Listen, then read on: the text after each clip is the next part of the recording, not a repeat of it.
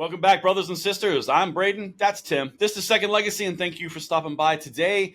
Tim went on a walk on the internet, and boy, do we have some stuff for you. We're going to get spicy. We've got some Palestine popping in. We've got gun control. Abortion might make an appearance. Davey Hogg chimes in. Oh, man.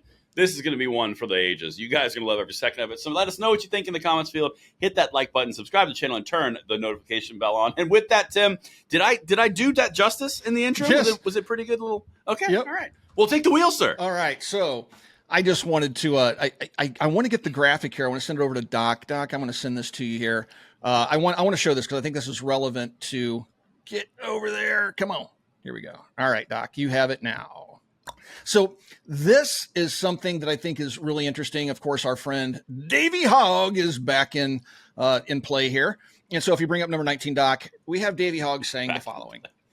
Gun violence was rated as a bigger stressor to young voters than their own jobs, their housing, and even student debt.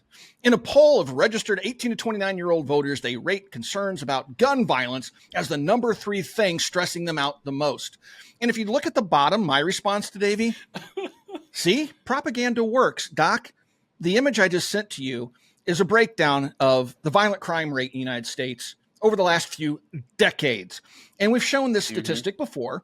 And so what this shows is a constant decline in violent crime in the United States. That's been going on for decades. And so right now the narrative on the left is crime is way down. That's because we're going into an election cycle and they have to look good. But just 2 weeks ago, crime was way up. So Davey, I can understand where the confusion's coming from. But the FBI data, which is the best data we can get, shows a constant decline. So my response is propaganda does work because people are scared of firearms because of the propaganda the news media is pumping out there. Propagandists like Davey Hogg is pumping out there because gun sales are spiking, violent crime is coming down, and students are concerned. It's our number 3 concern. Why would that be, Braden? Well, it's obviously gun violence, Tim. Yeah. Guns are scary. It's obvious the problem is the inanimate objects. Clearly. Yeah. They actually hunt people. So we got to tell you that, forget what your lying eyes are telling you. Crime isn't down. It's way up, and guns are going to get you. It's gun violence, folks. It's not violence. It's not crime. It's gun violence. Hashtag it's the guns. Exactly. So we have to do something here. So this is Davey flip-flopping all over the place, just like the left is right now, which they'll often do when we come up on an election cycle. So this is uncomfortable, Davey. This is truly uncomfortable. You look like an idiot again. Well, so the thing that I love about this is something that you pointed out as well.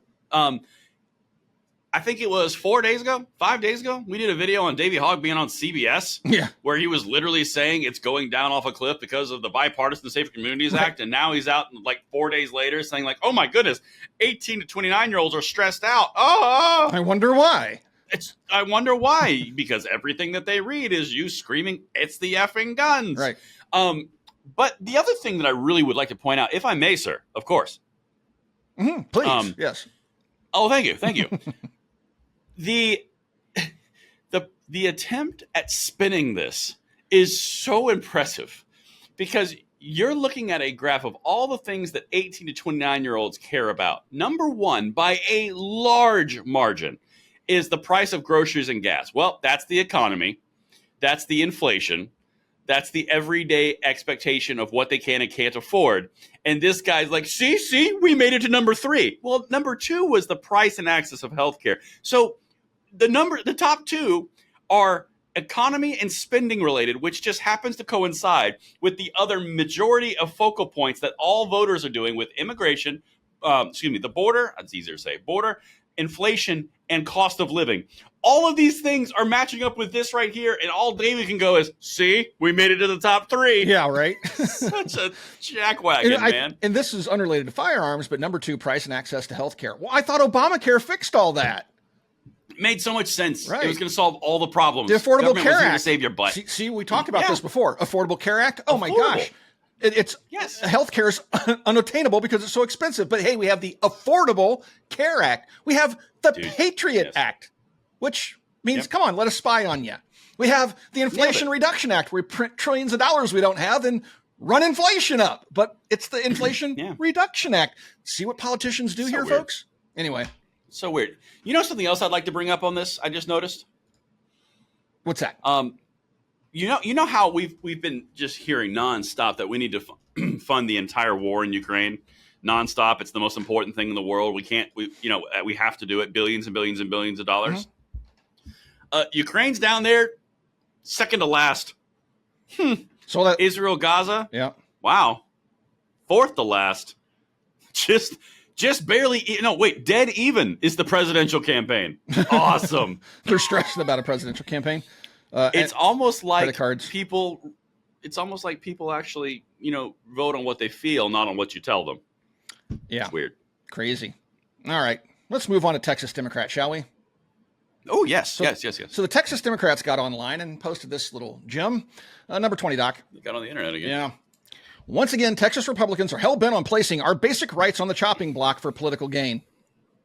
It's the Republicans doing that? It's the Republicans putting the Second Amendment on the chopping block, the First Amendment, the Fourth Amendment, the Fifth Amendment, red flag laws. It's the Republicans doing that. Lo and behold, well, it's weird. We're not talking about Tony Gonzalez because he does like those types of things, but we're talking about the Republican Party in general. No, actually, the Republicans are trying to preserve our rights, and it's you, Texas Democrats, that are trying to take them away. And they post this little gem here. Greg Abbott's DPS. This is something that's been driving me nuts because this isn't just them saying this.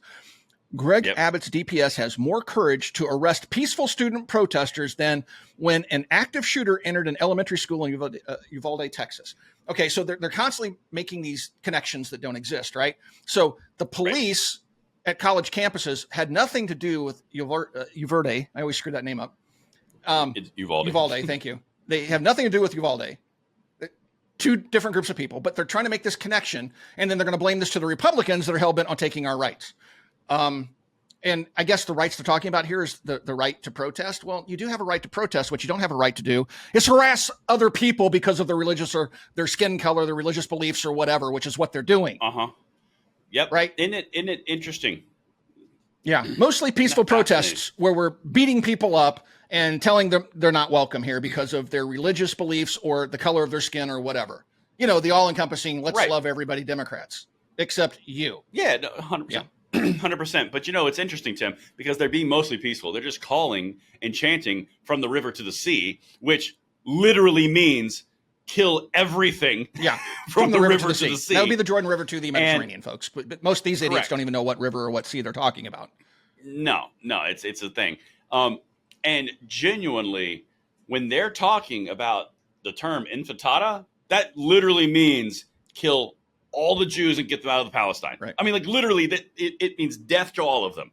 But hey, they're peaceful protesters, Tim. Yes. So peaceful. Yes. It's not like Jewish students and Jewish groups can't go to university classes because they'll be accosted. No. Because it's so peaceful, Yeah, Tim. because now they're sending all the students home to learn from home because of the peaceful protests. Well, if they're so peaceful, why are you sending everybody home to learn at home? Yeah. That's because they're not safe on college campuses. That's why we have police to make things safe again. They're going to go in there, get these disruptors off the college campus. And keep in mind, the administrators of these campuses have quietly tried to make deals with these protesters to make them 100%. Go away.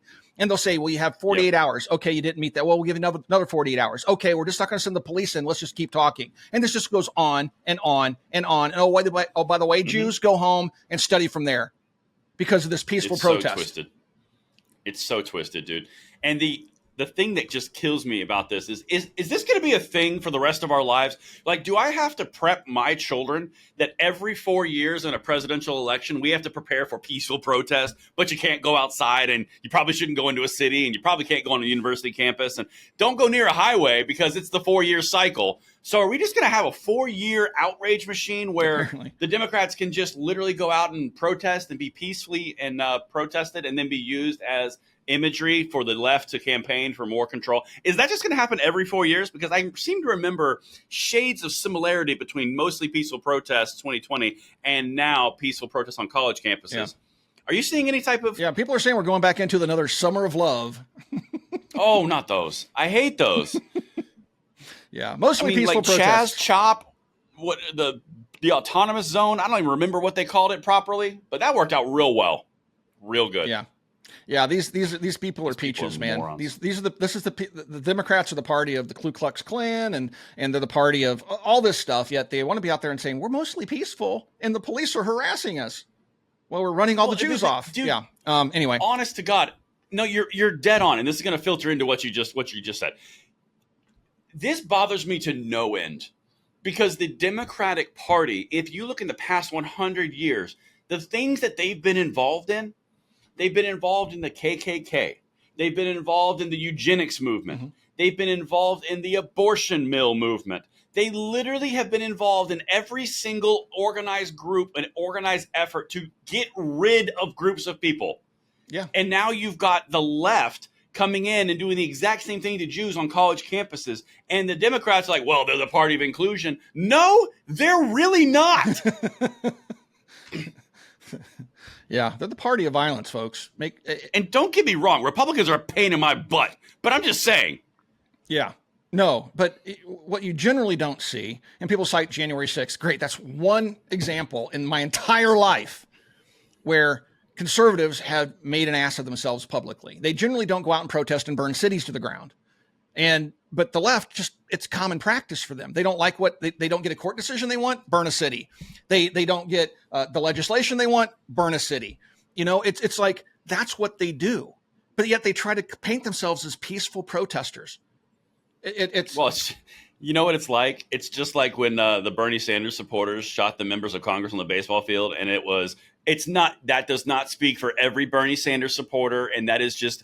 You cannot rationalize it by saying all Democratic supporters do that and all socialists do that. One idiot kills some people with a firearm, and it's every gun owner is evil, and we must abolish the Second Amendment. Yeah, it just gets my goat, bro. I'm telling you, I'm right there with you.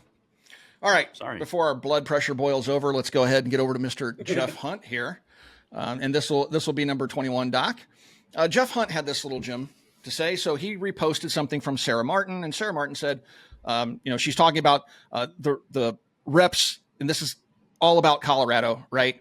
At at a college campus, students in support of Palestine, campus police are saying that the student at camp is against policy, illegal. So this kind of goes to what we're talking about before. The administration is trying to get these protesters off their campuses, but they're not being very assertive, right? But these protesters are literally running off half the student body, to the point where they're having to send people home to study. So Jeff reposted this, and this goes to what we just were talking about with the Democrats. And he says, taking guns, hating Jews, killing babies, just another day for Colorado's radical leftist lawmakers. And he's spot on, folks. Everything we've just said in this video about what the Democrats have been a party to for the last several decades, what they're doing today, he sums up in one sentence, 2 sentences, really. Yeah. But yeah, I mean, I don't think he could have been any more succinct than that simple statement right there. Right. Because that is a state level representative talking at one of these campuses that is violating all sorts of policies and all sorts of rules. From the Speaker's house in Colorado, she has voted to ban guns. She has voted to endorse and enshrine abortion. And she has not come out and said anything specifically anti-Semitic, but she is supporting the protest, which is anti-Semitic. Yeah. But they're the party of love and inclusion. They are. And you're a meanie pants because you can't say anything against her because she's got shoes on. Yep. Nothing says I love you more than, burning your house to the ground and having a good lynching. It's an expression of that's love. just what the Democrats do. When you go back to the civil rights movement, the Democrats would want you to believe that it was them marching with Martin Luther King. Nope. They were the ones with the dogs. They were the one holding hoses. the hoses. Yeah. They were the ones holding the hoses. That would be the Republicans. But the Republicans aren't assertive enough on this issue. Go all the way back to the Civil War. Who was the first Republican president this country ever elected? Braden, you certainly know that, right? Oh, my goodness. Was his name Schmaber-Schmam-Schminken? Something very similar to that, yes. Abraham Lincoln. Oh. And Abraham Lincoln was elected because he wanted to get rid of slavery, right? Slavery. And that was our first Republican. And They literally ran their first presidential candidate on the platform of abolition. Yet the Democrats want you to believe it was them all along. But it's not. After years, Tim, decades of every new state being admitted into the Union, the entire fight being around slavery or no slavery in the new states in the Union, the Republicans were the ones saying, no, they cannot allow it in the new states. Keep it in the old ones so Democrats are happy and they won't let it go in the new ones. Then that's how that led to the Three-Fifths Compromise. And then you've started popping off into the Civil War. It is non-refutable history. Yes, it's absolute facts, folks. Absolute facts. And the Democrats will tell you, well, yeah, that was us back then. But in the 1970s, there was this big party switch. All the racist Democrats moved over to the Republican Party, and all the non-racist Republicans moved over to the Democrat Party. Never happened, folks. Never happened. Stupid. There were 2 people that switched parties in that time frame. 2 people. In the House and the Senate. 2 people. But they want to tell you, oh, there's this big switch, and that's when the Republicans became Democrats and Democrats became Republicans, and the lies these people are willing to tell you. It's unbelievable. Yep. But anyway. No, I think that was a very good pull to wrap this video. Schminking. All schmeeking over there. All right, folks. Thanks for watching Second Legacy. Have a great weekend, and we'll talk to you guys soon.